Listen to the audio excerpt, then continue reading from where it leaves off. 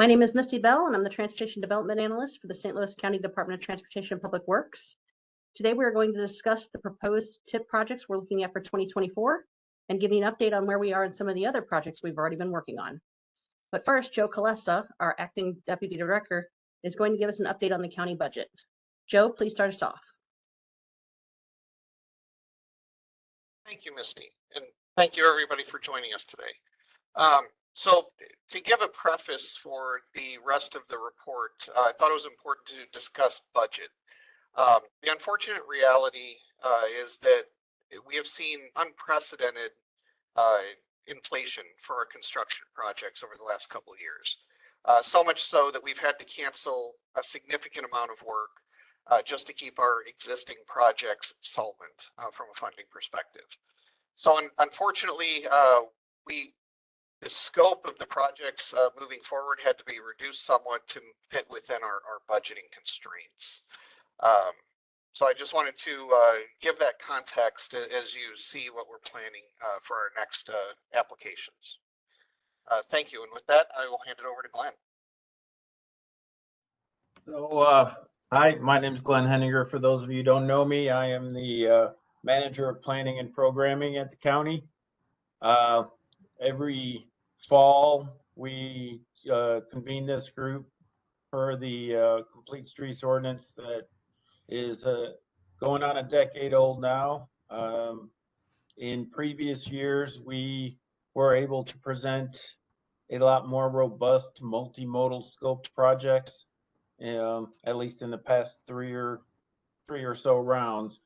As Joe just mentioned, we are taking a step back from that for this next round and probably the round after that, unless there is a change in our funding. One of our main duties is preserving pavement maintenance, which is not only used by cars, but it's, emergency response and transit. So it is still a multimodal need, but our pavement conditions overall are, in average, they're pretty good, but the bad roads are getting really bad. So we are going to take a step back from the multimodal scoping of bike facilities and new sidewalk, and we are going to concentrate on pavement for the most part. There is a list on your agenda of 9 locations that we are going to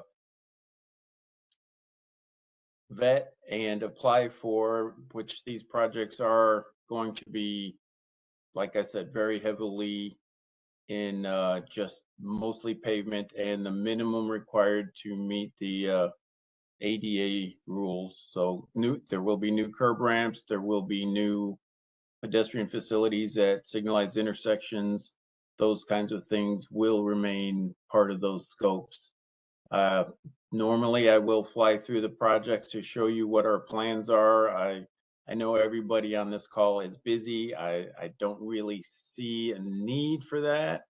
If there is any particular one on that list that you would like to kind of see what we have in mind, I'd be happy to send you more information outside of this meeting. We do have 2 locations, however, that we are looking at trying to do something a little more multimodal wise, and I'm going to take over the screen, hopefully. Okay, are y'all seeing a Google Earth picture right now? Yes. All right. So the first of those locations is on Old Halls Ferry Road. It's about as far north in the county as you can get. We have an action plan for walking and biking recommendation on this road of a road diet. Now, when we are looking at bike facilities, a road diet is about as cheap as you can get. When we're resurfacing a road, we look at what's needed for traffic and what the right-of-way space what other uses can be used in the right-of-way space, and converting some of this pavement into bike facilities is a real plus for other modes without undue harm to the car level of service. The road itself was mostly built by development. And let me turn off the yellow stuff here real quick. And this is kind of the typical section throughout, is a nice wide boulevard type road with 2 lanes in each direction. And it's already got very good left turn lanes to get left turners out of the through traffic. The traffic that was projected when all of these subdivisions were built out, and it is very built out, as you can see, a lot of rooftops, just never really appeared. So we say the road is overbuilt. Once we resurface it, it'd be very easy to convert those outer lanes into bike lanes with very nice buffers. They will not be right next to the cars, and traffic will be able to move very easily. And actually, it might be a little bit of a traffic calming with a road that large without a lot of traffic. We tend to see a lot of speeding throughout the county, especially in the last few years. So that is one project where we think we will still be able to squeeze in the action plan recommendation without a lot of budget impact. That is going to be from Newhall's Ferry on the north end. The resurfacing will be to Vale, where the roundabout was built about 7-8 years ago, maybe about 8 years ago. And the bike lanes will at least get to the school. And the name of the school escapes me at the moment. But we think it is a very good thing for the neighborhood. And let's see, that's going to be, these projects will be constructed in the 27-28 timeframe. So the other project that may still have some potential for multimodal aspects other than the minimum is in South County. On Weber Road, it's a very short segment between McKenzie and Gravois. There has been a lot of redevelopment in this shopping plaza over the years, and most recently the addition of a very nice neighborhood amenity. If anybody's familiar with the area, it's called 9 Mile. Kind of a neighborhood gathering place. Should be a lot of pedestrian activity, a destination for a lot of pedestrian activity. The redevelopment itself and the 9 Mile already did a lot of sidewalk work on their side of the road. The sidewalk on the north side, however, is somewhat lacking. There is a hard surface for people to walk on throughout, and this particular area even has a nice green space. A lot of it is narrow, older slabs that may have settled with trippers, that kind of thing. And it's also flush with a parking shoulder, which is just begging for somebody to park on. So if the budget allows, we will include a sidewalk rebuild for the north side to more match what the south side's already got.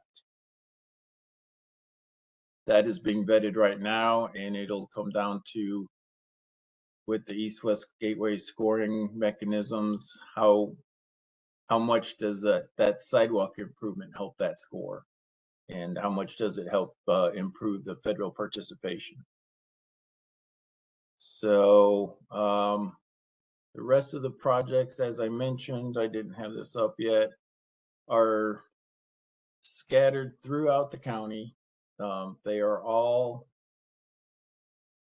current road condition, pavement condition is a 3 out of 1 to 10, with 10 being the best, brand new pavement, 1 being rubble. So you can imagine a 3 is pretty bad. This round of projects, if we were to get them all, would only address a little over half of our lane miles of pavement condition 3s. So we really need to start concentrating our money where we can on pavement. And with that, if there are no questions, that's what we got coming up. I will hand it over to John. Thanks, Glenn. My name is John Shrewsbury. I'm transportation supervisor working with Glenn. And today I'm going to share a few projects that we've applied for funding in the past. In early 2023, this year, we received that funding, and now I'm just going to walk through these 4 projects because they do have some nice features of shared use path or other feature that thought everybody would like to hear more about. So the first one is Hawkins Road, New Sugar Creek Road. It's out in West County. The improvements include not only the paving, but as I said, a shared use path along that roadway. The timeline for this is,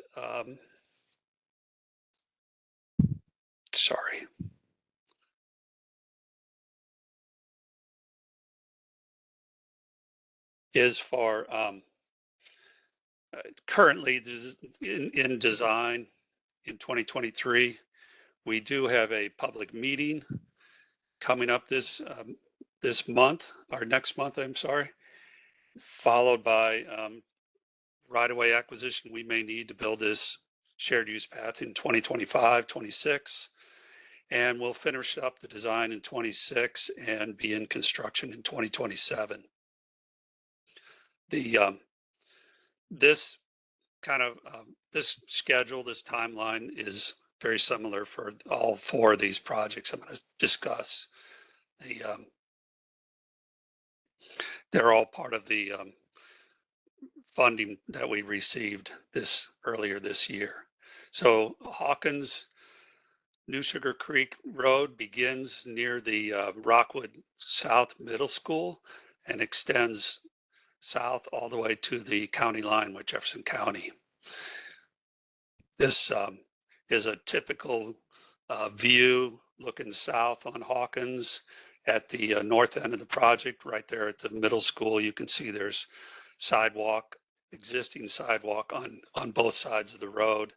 I do not have a concept plan on this project as yet, but it's going to be determined which side is best to place this 10-foot shared use path. I'm still seeing your timeline slide. Oh, you are? Is that just me? No, I was just getting ready to say the same. Let me step back here a little.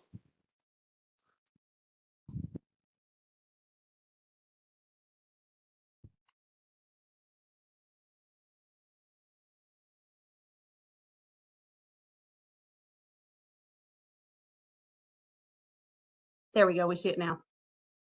Now you see the map, I'm sorry, for the Hawkins? Yes. Okay. All right.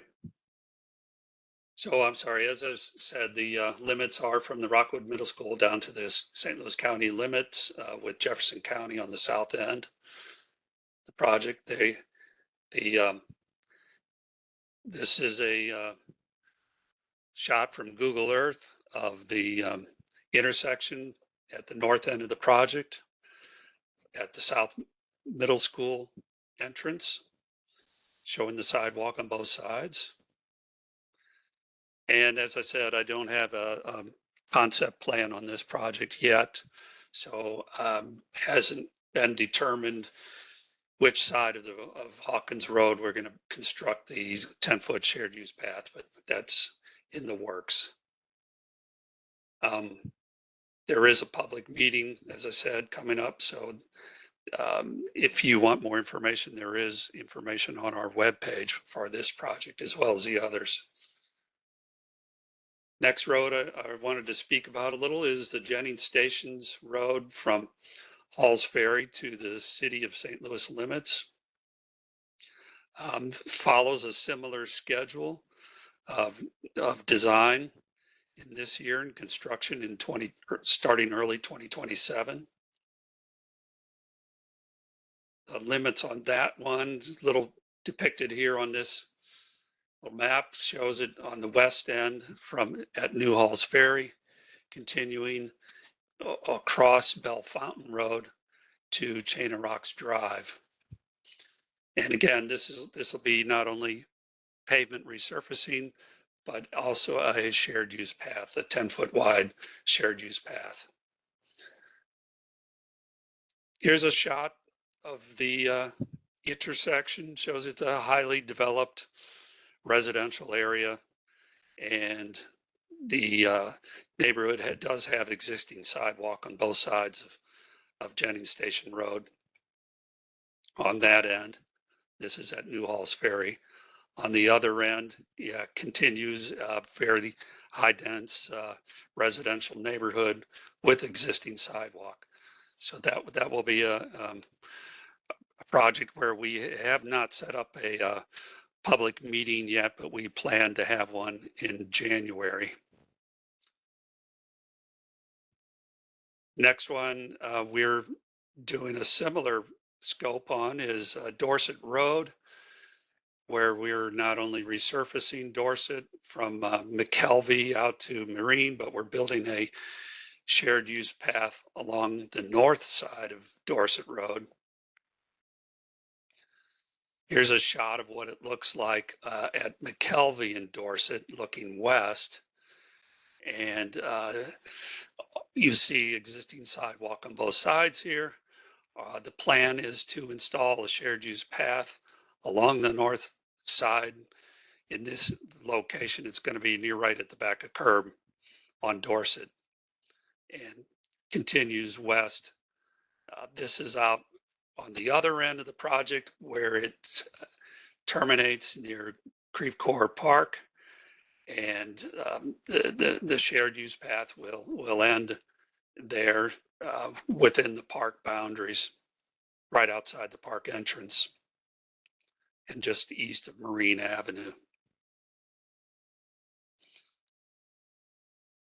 In the middle here, you can see there is, this is kind of the middle of the project near a development with an existing sidewalk, pretty well separated from the pavement. There is, I brought this out because there's a fire station here and a little short segment of sidewalk that connects. It's got a bad grade to it, it appears, but that will be addressed. We are going to construct a shared use path along the north side here. In some locations, it'll replace that sidewalk and create, a contiguous trail along the north side there. We are going to take out that little stub of sidewalk with the bad slope as part of this project. Now, the last one I'm going to talk about here is a roundabout at Yeager and Milburn. This is down in South County, not far from Oakville High School. This location has residential neighborhoods all around it, and there's a small elementary school at this intersection. We do have two public meetings scheduled this week, one in person and the next a virtual meeting where folks can attend and get a better closer look at our plans. You're all familiar, I believe, with roundabouts. You enter the roundabout and you go around in the counterclockwise fashion. That's what we're going to have here. It's a smaller neighborhood scenario, so this roundabout is going to fit in the intersection here. We've drawn that red circle just to depict where the intersection is. That's not the roundabout. It's just where it's located. The existing traffic is, he's got a four-way stop controlled intersection. And there's quite a history of traffic queues causing delays here. And with installation of a roundabout, we'll be able to drop that queue time from a minute and a half down to 15 seconds, theoretically. But that's not actually what spurred the project. The project was pursued with CMAQ funding, but chosen because it's one of our top 10 safety needs. There's a overrepresentation of crashes at this location, and a roundabout not only should provide a significant safety improvement, but also improve the functionality of the intersection. Yeah. Yeah, those crashes appear to be caused by a lot of people disregarding the stop sign altogether, or at least rolling it. Yeah. This is just a pic from looks like the morning drop off at the elementary school. You can see there is, quite a bit of traffic at this location. So I do have a conceptual layout here. This is what we're going to design. You can see the four legs of the intersection, the traversable roundabout circle in the middle. We've got crosswalks on each leg that will be passing through the splitter medians, and there will be sidewalk on all four corners. 3 of them will be separated from the pavement. The fourth one on the north side, you can see there's a little note said barrier. In that location, there will be a vertical barrier, about 3.5 foot tall barrier to separate pedestrians from the traffic, as the sidewalk will be right along the back edge of that barrier. And that one has a public meeting, as I mentioned earlier, tomorrow, and on Thursday there will be another public meeting. And that's it for the 4 projects I have to present. So I'll pass this back to Glenn. Thanks, John. Yeah, those are projects that were received years ago. They're not really, they're still in the beginning stages of design, but they're further along than what I'm going to talk about here shortly. They do all have, at the bottom of your agenda, there are links to the much improved county website, or the transportation website, over the past few years. If we haven't told you before, or you weren't in previous meetings, I do encourage you to go check out our pages. Each project that John just mentioned does have its own page with information about the public meetings he mentioned, the concept designs, and plans at various stages will be posted as they're approved.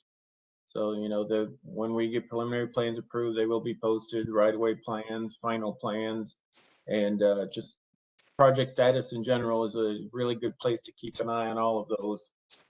The projects that I am about to go over are previously awarded. We've mentioned them before. They are getting very, very early in design. We are just now getting consultants on board. And there's a few changes to what we may have mentioned before, especially for this first one. So I thought I would point that out in particular. This is the Airport Hereford Chambers corridor, the east-west corridor in North County. We had been trying to improve much of this corridor over the past several years. We have a construction project on the west end on Airport Road that is ongoing. And with that project, we had proposed a restriping and a road diet to include buffered bike lanes. And then within that buffer space, we were going to install physical features to help cyclists feel a little more comfortable, help delineate where we expect cars to travel and where cyclists should feel safe. We had received funding on that project to extend those physical features beyond Airport Road, where it changes names to Hereford. And unfortunately, a lot of those improvements were going to be hinged on the county being able to construct a roundabout and do an intermittent pavement treatment so that we had a fresh surface for the striping. We had a funding agreement with the city of Ferguson, and for their own reasons, they had to bow out of that agreement, and it was really too much for us to take on by ourselves in our budget. So that roundabout and those pavement improvements had to take a back seat. And without the pavement improvements, we didn't have a fresh surface to restripe and add the physical features and bike lanes. So that has all gone back on our needs list. It will be vetted with future funding. The TAP project that we did receive will still place the physical features in the bike lane buffer space from Hanley Road on the west end to just past the railroad underpass west of New Florissant. So that is still going to be a very good project. It'll be a very transformative change for the city of Berkeley in particular. It does touch Ferguson still, but the major portion, the longer length of that TAP project where we're going to place the physical features is on hold. We received a scope change through East-West Gateway. They understood that it was hinged on having a new surface to be able to make all these changes, and that just did not take place. So that was disappointing, but totally understandable. We definitely understand budget issues here at the county. That design is being bundled with 3 other projects that were received through the TAP program. We've shown them all to you in the past, so I won't repeat things. I know everybody's time is valuable. Just wanted to mention one other thing about all 4 of them is that they are bundled in a newer type of Glenn, I think we lost you. It's just me. sorry, can you hear me? No, Glenn, we can no longer hear you. That is odd. There, You're coming there back we are. now. We can hear you now. Okay, I'll stop sharing. That might help. So that airport project is going to be bundled with the 3 other TAP projects that we've shown you previously. And in this design contract, what we are trying to do is we're going to put a lot more of the onus on the consultant. So in previous years, we would sign a contract with the consultant. They'd, prepare some plans. We'd look at them, approve them. We'd be the go-between between them and MoDOT. There's a lot of back and forth between county and MoDOT. Then we get MoDOT's comments back to the consultant. Very time intensive. And what we are going to do, it's going to cost a little more upfront in the design fees, a little more risk on the consultant side, but they are going to be dealing directly with MoDOT. County will still be looking at their submittals, just not as often. We will have control over the projects, but the scope what we want them to design, the budget, they know what kind of budget they have. We've chosen consultants that we are very comfortable with meeting both those. We work with them a lot, and we are really hoping this new type of design where the consultant is a PMC, and Joe, forgive me, I forgot the acronym.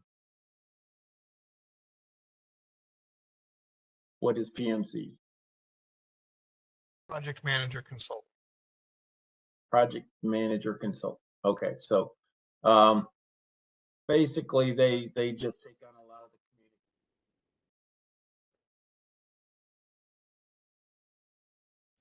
A little bit more ownership of the project itself. We also have 5 other projects that I should probably go ahead and start sharing again, just in case. Hopefully I don't mute or end up losing my audio again. We have 5 other STP projects that we are starting design on along those same lines, where they're all bundled in one contract with one consultant, and that consultant is going to take on the majority of responsibilities to get these through the gauntlet and out to construction. That is, and it's on your agenda. So it's Chambers Road. That includes a side path similar to the projects that John presented. Howder Shell Road, that project is going to be full ADA. So we could not fit the action plan recommendation of bike facilities. Most likely in the near future, the multimodal future of this area will most likely have to take place on a parallel corridor. Howder Shell's just too busy. Unless traffic patterns change drastically, that's very unlikely that we'll be able to fit a bike facility. Lucas Hunt Bridge is going to have a bike path built on one side of the bridge. That is design only. Since it's over railroad, we need some lead time.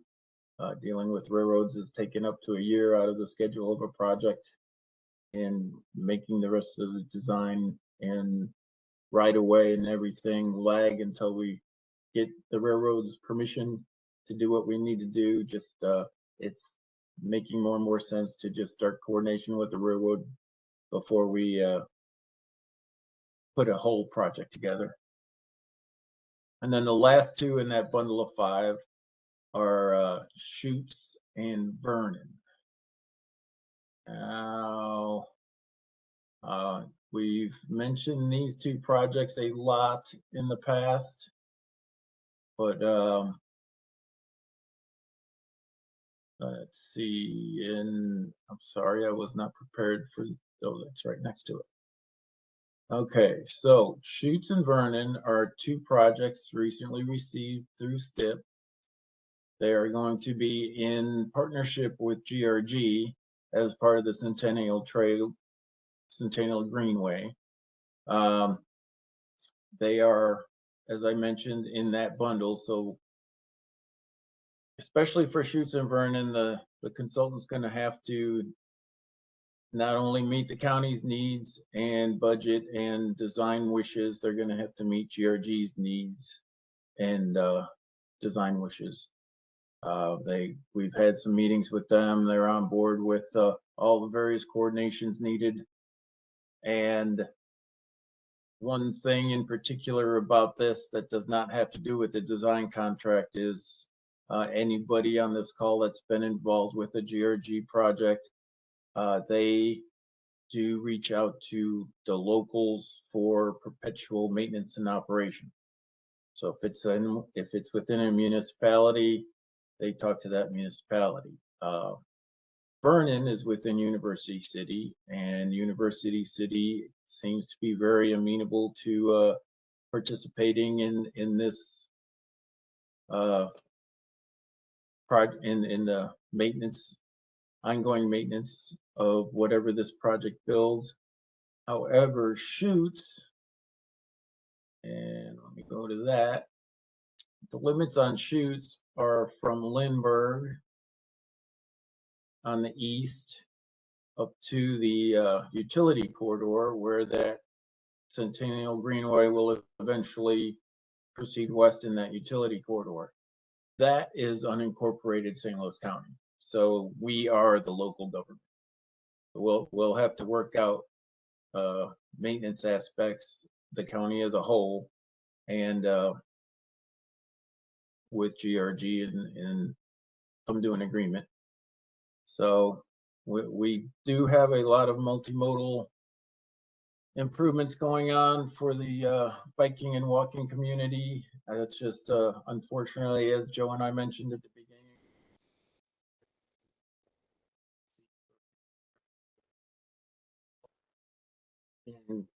in a weird. Glenn, your audio's dropped out again. All right, sorry. So we are taking a back seat on multimodal for a few years, but with the things that we are currently have in the hopper that are getting designed, once they get out on the street, we'll be able to learn a lot of lessons. And hopefully once we do get back to it, you know, those lessons will result in better multimodal projects. That, unfortunately, I know we scheduled a lot of time, and I hope you didn't miss anything else for this, but we do want to open it up to discussion, especially if anybody has any ideas on help in funding. We have not found a lot of use for, say, the bill grants, or some people call it IIJA. They just don't really fit our needs. And that is pretty much all we had to share for today, unless Joe wanted to say anything else. No, I don't have anything additional.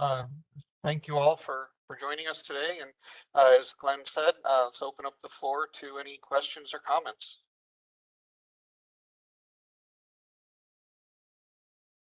I'll ask a question. This is Todd Antoine from Gregor's Greenway. I appreciate, you know, the conversation, and I can understand how difficult this conversation probably is for you all, and all that. I guess the question I have is how is the county, and maybe you don't know this question, the answer yet, but how is the county going to sort of communicate this out to the greater public? I mean, I understand the whole cost escalation of projects, and I also understand, you know, there's the budget shortfall and all that, which is coming into play here. But I'm just curious, does the county have a strategy about how it's talking about this, just from a quality of life perspective? You know, I get concerned that there's a lot of county residents that are just not, you know, they've got crumbling roadways, which I understand that's going to be the priority, but there's also folks that really want to see movement in the county on improved, you know, bicycle connections and sidewalk connections and all that. And I just get worried how, you know, folks in the county are really wondering how that's going to be done, if it's going to be put on hold for several years. Yeah, I can answer some of that. So our director gave our budget presentation to council, and they are fully read in on our budget situation. Last year, or actually early this year, we went to council and let them know that we're canceling $26.6 million worth of programs, because and those were basically local road maintenance, so that we could keep the federal projects solvent. The unfortunate reality with federal projects is that when inflation goes up, the local agency has to bring all of the additional money to the table. The federal government does not allow for a mechanism to give the local agencies more money to help make up for that deficit. So we wanted to keep these excellent projects moving forward. So we adjusted our budget so that the federal program could move forward, and we could get these great improvements like chutes completed. As far as how all of this is messaged, I know it's been in the news on more than one occasion, county's overall budget shortfalls. How our political leadership is going to address that, and what they may choose to do is outside of our control at the Department of Transportation and Public Works. Which I understand. Are you all, just because I was looking at the website links that you guys had at the bottom of the agenda, and I appreciate all that. And it just comes across, and you look at that there's, potentially a lot more coming down the road, but it sounds like that's not happening because, you're shifting the priority. So Well, I guess I'm not asking for you guys to respond. I'm just sort of voicing concern that I just get concerned that folks are going to be wondering why there isn't any movement going on new projects. That's all. well, again, we would like to move projects forward that are more transformative. That's definitely the department's mission. But when a roadway gets to a 3 and we're talking about maintenance, basic pavement maintenance, that's still another 4 years out. That road's going to be a 1 or a 2. It's getting to the point where some of those are going to be non-traversable. So that's what really drove some of that decision making. I'm hoping that we can catch up with that really, really bad pavement, or additional funding can be brought to bear. But like I said, for this round, we're trying to strategize and make sure that we're keeping the system operable. I agree. We'd love to do more. We're very interested in doing more. It all comes down to the funding. Can I ask a question about that, Joe? Yes, sir. I know you mentioned, this is Angelica from GRG. You mentioned other federal funds are not suitable or you wouldn't be eligible. But we know here at GRG, we try to apply for funding because we are in the same boat. We're trying to make, improvements to public infrastructure for all. Reconnecting Communities is one grant that comes to mind that could be eligible for you all to apply for. In many others, I know there are plenty of other federal opportunities for not only, I'm talking about bike and ped ride trails. Have you looked into those opportunities? Specifically, I'm asking Reconnecting Communities, those could be good ones for you all, or Yes. any other federal grants. So to answer, let me expound on what Glenn had said about grants not being suited for us. There are very few grants that are suited for maintaining our system, which is still a #1 priority. We have to make sure the pavement stays traversable. That takes resources. We end up in a situation that most federal grants, nearly all that I know of, require us to bring the front funding. We don't have the front funding available. So even where they're, TAP funding, for example, we were not able to apply in the last TAP round because I could not bring the money to the table to front fund the projects. It's the local match part that really hurts us. And then you have the only, other than STP, the only other program which really supports potential pavement rebuild and things like that are when you get into mega and raise. Unfortunately, those require years of upfront work and billions of dollars in investment just to apply. We do have our raise grant project on West Florissant, which is going to be amazing, transformative to the region, and I would love nothing more than to build more of projects like that. But there's a lot of risk and upfront costs to even get yourself positioned. And then right now we know that we can't bring the front funding to the table to deliver another project like that in the near term. So it's layers. It's the interaction of funding with that local match component. But yes, we are looking at connecting communities as a source. We do have something in the works for that, but it's not at the moment transportation focused. Right. And there's also the SS4A, Safer Streets for All. We know East West Gateway is working on the overall regional plan, and once they get that done, we'll be able to look into using that resource as well.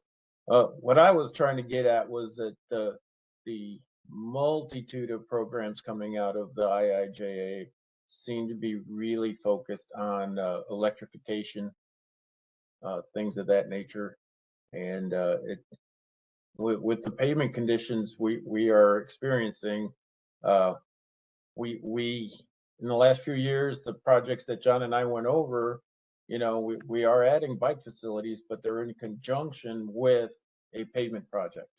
Whether or not it's reconfiguring the pavement to fit the bike facility in or building an off-street facility, that combination really gets us a few dollars in just, you know, having the same contractor, having the same designer do it all together at once. So we're not really looking at doing a lot of bike facilities on their own right now, which is what the connected communities would really help with. And like Joe said, for anything like that, we really just don't have the front funding right now. So yeah, we are aware, and I may have worded it poorly. We are eligible. Certainly, we realize that. It's just it doesn't just quite fit with our needs right now. So the solution to the problem is more local funding. That is the guidance that our director gave to council at our budget meeting. How that will be obtained is a political decision.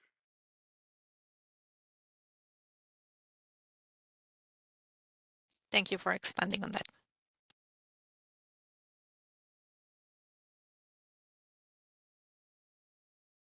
Any other questions? Just one thing, I'll just, not a question, but just maybe a comment to the group. So we just today, Great Works Greenway had our first presentation to our board of directors for our 2024 budget. And so we did talk about our two projects working with the county on Vernon and Schutz, and they were very excited to see that partnership. So I will say that maybe ending on a brighter note on this is that they were very excited that we're working with you all on those two projects in particular. So we appreciate you know, your partnership and going and working with us on those two projects, and hopefully there'll be some more here down in the future to come. And there will be. And again, we're doing a lot of good work. And so we're just had to take a step back this round. And we're always evaluating what our options are for the future. We're hoping that the conversations change and we can move forward with more transformative projects. And we are always interested in partnership. So that's an important mechanism here too. If we can, you know, county maybe is only bringing the pavement, but GRG wants to bring the multimodal, that's still a good application for us. We're more than happy to partner and move forward with projects like that. It's that the county can't fully afford to move forward the larger transformative projects on our own. We need the partnerships. So by all means, if you're interested in partnering on something, reach out to us. All right, That could absolutely change the game. All right, thanks. Yeah, no, we'll take a look, and Helic and I can take a look at some of our project areas that we're looking at. Yeah, and I might just add, this is Mark from GRG, that in this coming year, we're going to be doing a lot of community engagement in North County. And where we don't have any projects currently identified, but we'll be doing a lot of listening. So just be aware that that's an area that we might not have a lot, you know, drawn on a map as of yet, but we'll be doing a lot of listening and be looking for opportunities. So we'll keep you in the loop on that. Excellent. Thank you. Mm-hmm.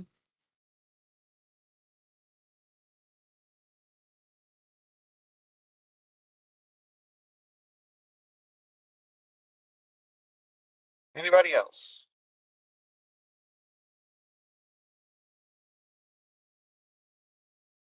All right. Well, thank you everybody for attending today. I hope you learned something.